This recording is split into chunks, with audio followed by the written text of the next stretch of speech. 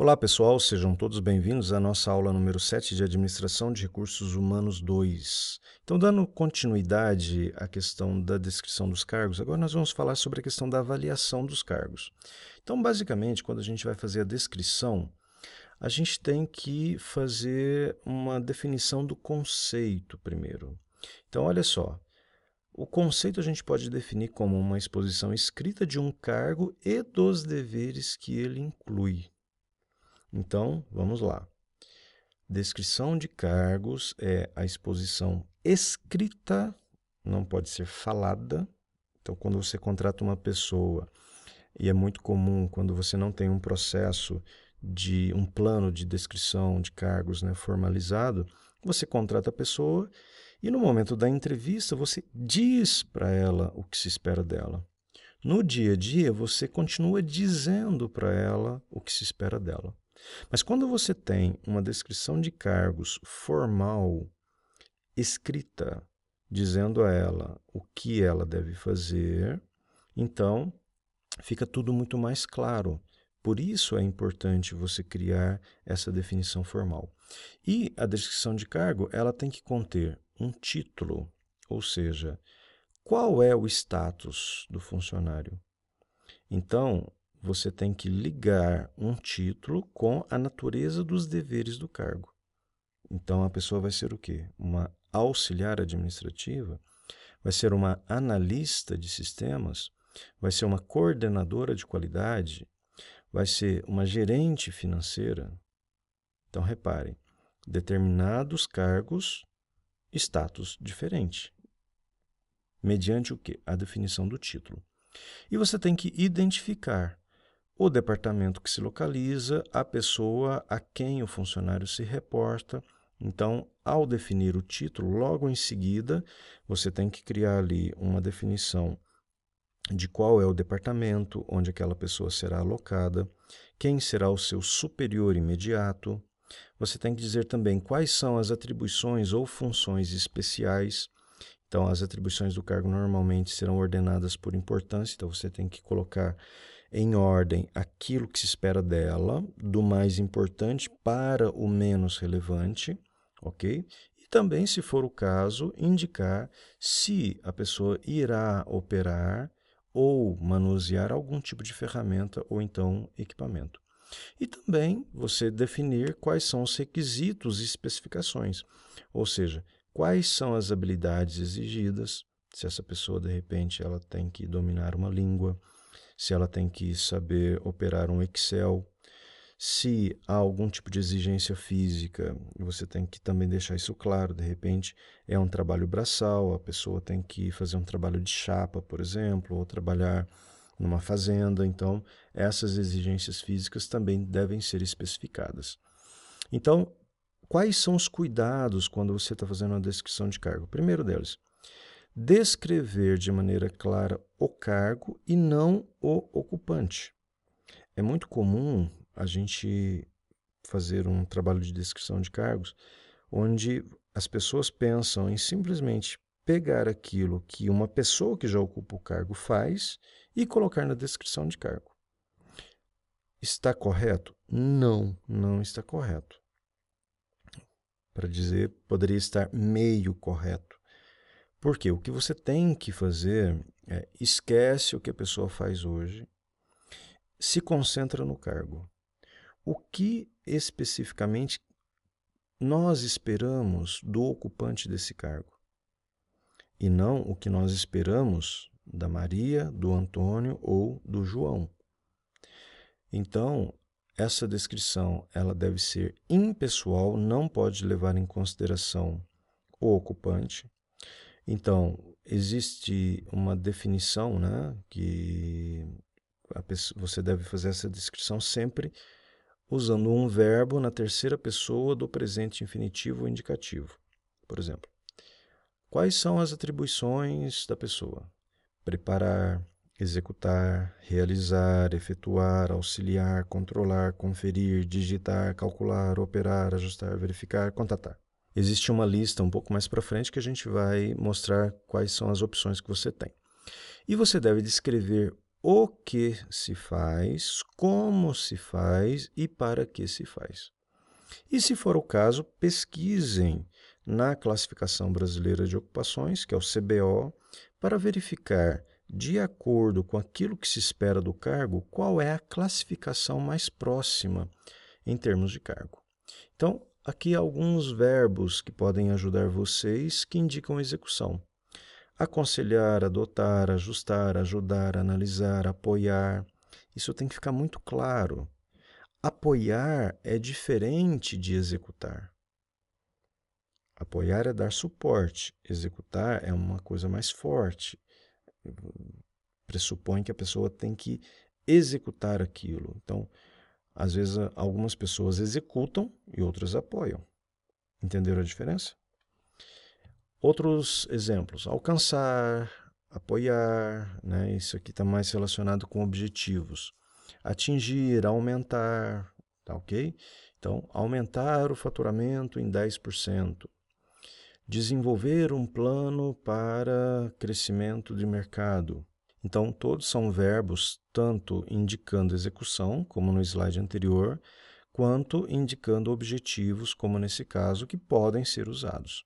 Bom, então aqui vamos dar um exemplo de descrição. Então, o que a gente falou agora há pouco? Que uma descrição de cargos deve mostrar o que faz um cargo.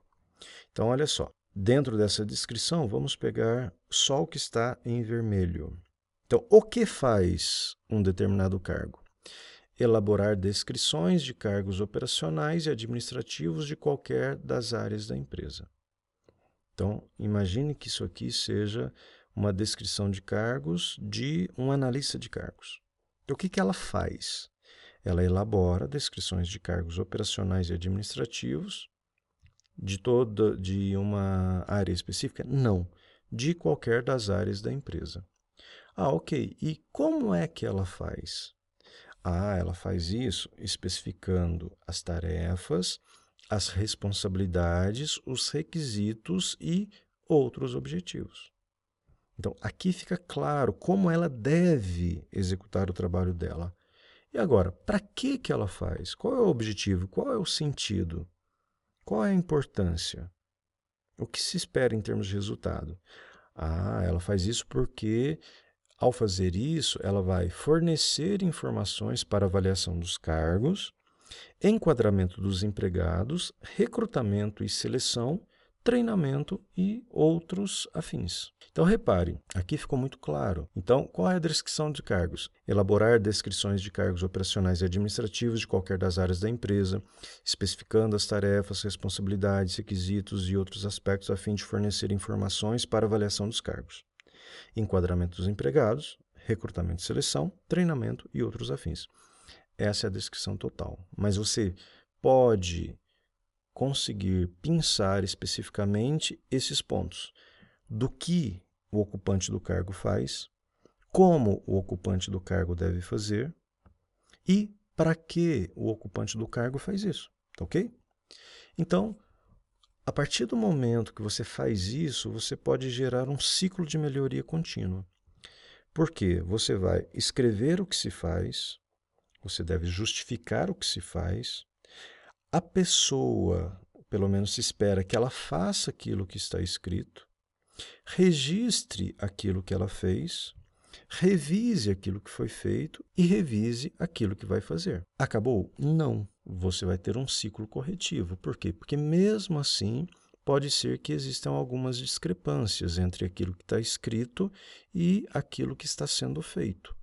Portanto, é sempre oportuno você constantemente rever se a descrição de cargo ela está coerente com aquilo que realmente está sendo colocado em prática. É o que nós chamamos então de ciclo corretivo. Então aqui tem um modelo de formulário. Então vocês têm aqui um modelo muito simples, mas divididos ali em partes. Ali tem então o nome da empresa, o nome do cargo, qual é o número do CBO desse cargo, na Classificação Brasileira de Ocupações? Qual é a unidade ou o departamento que aquela pessoa está alocada? Qual é a descrição sumária daquele cargo, uma descrição detalhada. Dentro da especificação você tem quais são as instruções, os conhecimentos, as experiências esperadas, qual é o nível de iniciativa e complexidade do cargo.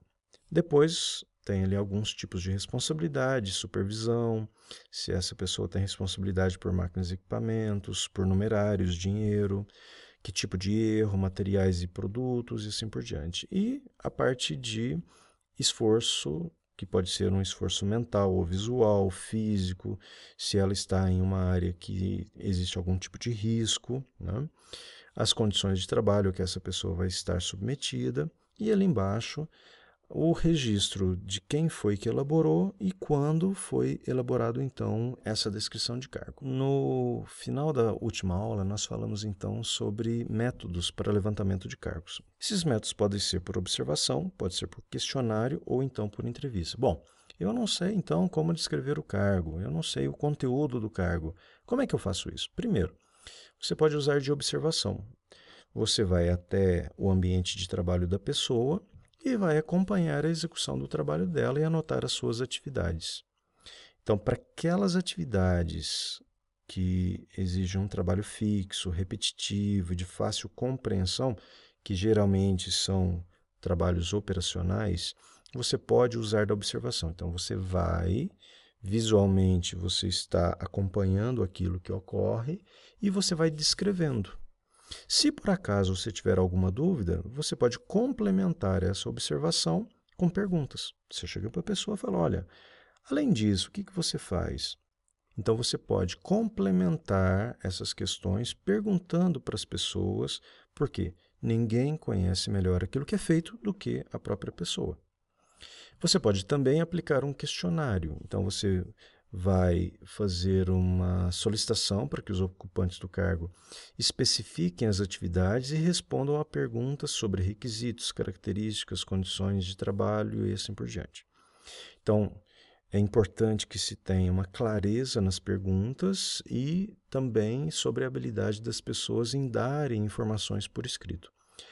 Na prática, eu já fiz o seguinte: quando precisava fazer esse trabalho de descrição de cargos, uma das primeiras etapas era montar um questionário e pedir para que as pessoas escrevessem todas, mas todas as atividades que elas executavam.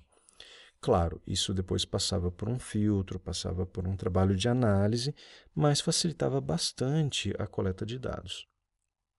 Ou um outro ponto é a entrevista. Qual a diferença do questionário com a entrevista? O questionário você elabora um instrumento e a pessoa vai responder por escrito. Na entrevista não, na entrevista você tem o contato com a pessoa. Então é uma maneira mais completa e geralmente é a maneira mais usada. Pode, de repente, gerar mais especulações sobre o resultado e objetivo do trabalho, por quê? Porque você pode aprofundar, você pode perguntar, você pode, de repente, avançar um pouco mais no nível de detalhe. E geralmente é feito junto com o próprio ocupante, mas pode ser também feito junto ao chefe desse ocupante. Então, se de repente você acha que aquela pessoa ela não tem condições de estar respondendo, de estar, de repente, dar uma descrição muito completa, você pode sentar com o gerente dessa pessoa, com o coordenador e questionar a ele. De repente é até mais viável porque, como a gente disse, que a descrição ela não tem que estar vinculada ao ocupante, de repente com a chefia é muito melhor porque você vai buscar aquilo que se espera do cargo e não necessariamente aquilo que a pessoa faz naquele momento. E é uma oportunidade de conhecer também a visão do ocupante sobre o cargo e, em caso de distorção, também corrigi-la. Então, aqui tem um modelo de roteiro de entrevista, eu não vou entrar em detalhe, mas vocês podem depois consultar, que é uma sequência de questões que você pode pedir para que a pessoa responda e com base nisso, então, você vai fazendo as suas anotações e esses elementos eles vão ser a sua matéria-prima para que você trabalhe fazendo então a avaliação dos cargos, que é o próximo passo. Então, quando você está falando em fazer a avaliação dos cargos, uma vez que você coletou as informações e que você fez a descrição dos cargos usando aquele formulário, você vai então determinar a importância relativa e o ordenamento interno dos cargos. Você vai também detectar o grau de consistência salarial interno, o nível de hierarquização por ordem de valor, geralmente associado a uma tabela de salários, e você vai esquematizar toda a remuneração a ser praticada pela empresa, também definindo a que classe corresponderá um nível ou faixa salarial. Então aqui não se preocupem muito com essa questão da questão salarial. Vamos nos preocupar, por enquanto, com a questão da definição e da avaliação dos cargos. Então, essa avaliação dos cargos, ela é importante para você criar uma distinção entre a contribuição de diferentes cargos. Então, por exemplo, aqui nós temos em um determinado departamento todos esses cargos: ajudante de produção, montador de formas, pedreiro de alvenaria, pedreiro de acabamento, eletricista de instalação, operador de grua, líder de obras civis. Como é que a gente interpreta isso aqui? Olha só, a gente interpreta que o montador de formas, ele tem um nível de contribuição ou de habilidades ou de conhecimento superior ao ajudante de produção.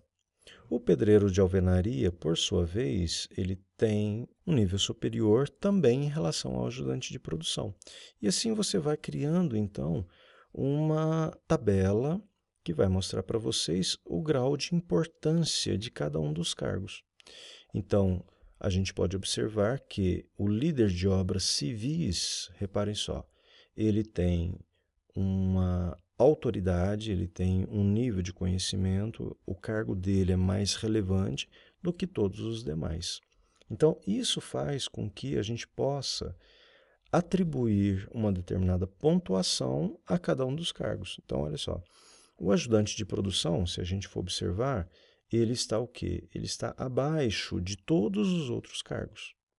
Relativamente, se a gente for analisar, o ajudante de produção, se a gente olhar essa linha na horizontal, ele está abaixo de todos os demais cargos. Já o montador de formas, ele está o quê? Ele está numa posição superior ao ajudante de produção, porém inferior a todos os demais cargos. Isso cria, então, uma tabela que a gente pode atribuir uma determinada pontuação a cada um desses cargos. Então, o cargo menos relevante em termos de contribuição, em termos de estrutura organizacional, é o ajudante de produção. E o de maior importância é o líder de obras civis. Isso, claro que vai gerar uma discrepância em termos salariais. Na hora de você definir a remuneração, quem ocupa um nível mais alto vai ter um salário mais qualificado também, ok? Então, você pode enquadrar esses cargos usando o que nós chamamos de método dos graus pré-determinados. Você vai fazer o enquadramento dos cargos previamente caracterizados em termos de qualificação, complexidade, responsabilidade e depois colocar isso em classes. Então, aqui nós já fizemos a primeira distinção. Agora, nós vamos colocar isso em classes específicas. E segundo esse método dos graus pré-determinados, você pode ter o grau 1, 2, 3, 4 e 5. O grau 1 seriam aquelas ocupações não qualificadas, o grau 2 as ocupações semi-qualificadas, o grau 3 as ocupações qualificadas, no 4 as semi-especializadas e na 5 as ocupações especializadas. O que é uma ocupação não qualificada? São aqueles trabalhos mais simples e que precisa de uma orientação de alguém, de um coordenador, de um supervisor, tem que ter alguém monitorando. Já as semi-qualificadas são trabalhos também simples, porém exigem pouca iniciativa e a responsabilidade ela é restrita. Já as qualificadas, você tem um trabalho com mais complexidade, exige uma certa dose de autonomia e iniciativa e tem alguma responsabilidade sobre o patrimônio da empresa ou então os seus produtos. Já nas semi-especializadas, nós temos então um trabalho relativamente complexo, uma boa dose de iniciativa e autonomia, tem razoável responsabilidade por bens e produtos. Já nas ocupações especializadas, os trabalhos são bem mais complexos, exige-se muita iniciativa e autonomia e também grande responsabilidade por bens e produtos também. Então reparem que à medida que a gente vem definindo as categorias, aumenta-se a responsabilidade, a complexidade do trabalho. E é isso que vai fazer a diferenciação entre um cargo e outro. De modo que no final você tem ali mais ou menos essas categorias. Um nível de supervisão, uma categoria de cargos especializada, uma semi-especializada e uma não especializada. Na supervisão, você vai ter aquelas posições que exigem orientação ou supervisão de pessoas e também responde por resultados operacionais. Então, a pessoa tem que estar preparada para lidar com pessoas, precisa orientar, saber ensinar, saber delegar atividades, e são as que serão cobradas pelos resultados finais. Já a especializada vai incluir, então, todas as posições que exigem conhecimentos adquiridos por ampla experiência anterior na área, e geralmente ela orienta trabalhos de terceiros. Então, aqui a gente tem na semi-especializada as posições que vão exigir algum conhecimento específico na área, porém adquiridos no exercício de um cargo inferior. E a não especializada inclui todas as posições que não exigem qualquer conhecimento ou experiência anterior, exercendo atividades sob supervisão direta. Então, é o oposto daquela primeira categoria. E aqui nós temos alguns exemplos de categorias e também dos seus cargos. Na categoria supervisão, nós podemos ter um supervisor de produção, um gerente de recursos humanos, um supervisor de qualidade. Na especializada, a gente tem ali um conjunto de cargos mais voltados para analistas, analistas de finanças, analistas de cargos e salários, de planejamento de produção. Então, notem, à medida que as categorias elas vão caindo em termos de especialização, novos cargos vão aparecendo. E eles estão organizados em uma ordem. Nesse caso, a gente tem uma organização dos mais básicos para os mais especializados, que é a ordem que vai ser definida depois para outros trabalhos, como, por exemplo, a administração de salários.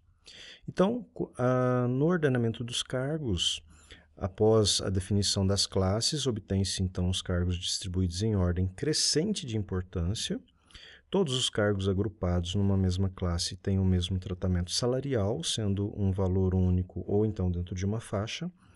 E existem diferenças em uma mesma classe e elas podem ocorrer em razão de diferenças entre dois ocupantes, por exemplo, merecimento, domínio, resultados, tempo de casa e assim por diante. Isso vai ficar mais claro para vocês quando a gente estiver trabalhando com a parte de gestão de salários. Então, basicamente é isso que nós tínhamos e a atividade de vocês agora é pegar um modelo de descrição de cargos e colocar a mão na massa. Essa vai ser a próxima atividade de vocês, tá ok? Obrigado e um abraço. Tchau, tchau.